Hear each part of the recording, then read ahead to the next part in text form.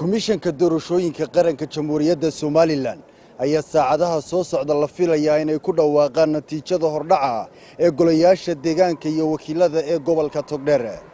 dadweynaha ku nool magaalada Burco ee gobolka Togdheer oo maalmihii u dambeeyayba uu dhag taagay habsami socodka tirinta codadka doorashada ayaa iyaguna aan seexan oo heegan ku ah goobaha lagu caweeyo ee magaalada Burco. Siciido waxaad ka warantaa waxa loo dhag taagayaa in komishanku saacadaha soo socda ku dhawaaqo doorashadii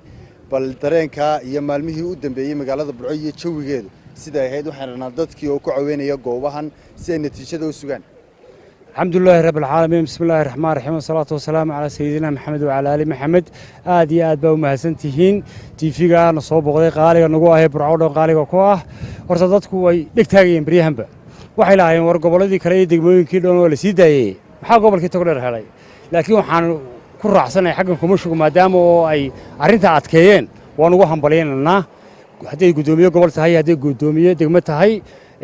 aad iyo aad baan ugu hambalyeynaa dad ku dhow ka wada caweynaya weedi ka arka farxad iyo hambalyaan leenahay qofkii dhacal la timid baan oranayna waxaan leenahay Ilaahay waxaan ku barnay in doorashadeeda in Ilaahay ku soo saaro nabadgelyada hala ilaasho wayno wada dan burco dhabay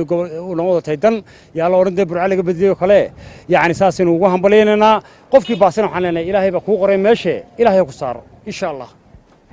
Waatahay daawadayaal natiijada komishanka doorashooyinka jamhuuriyadda Somaliland ay ku dhawaaqi doonaan saacadaha soo socda waxaad kala socon doontaa warbaahinta qaranka Somaliland ku xidhnow mar kasta iyo meel kastaba. Cabsa Faarax Cabdullaahi iyo Cabdiwaasac Maxamed Jaamac Khuum TV-ga qaranka Somaliland Burco.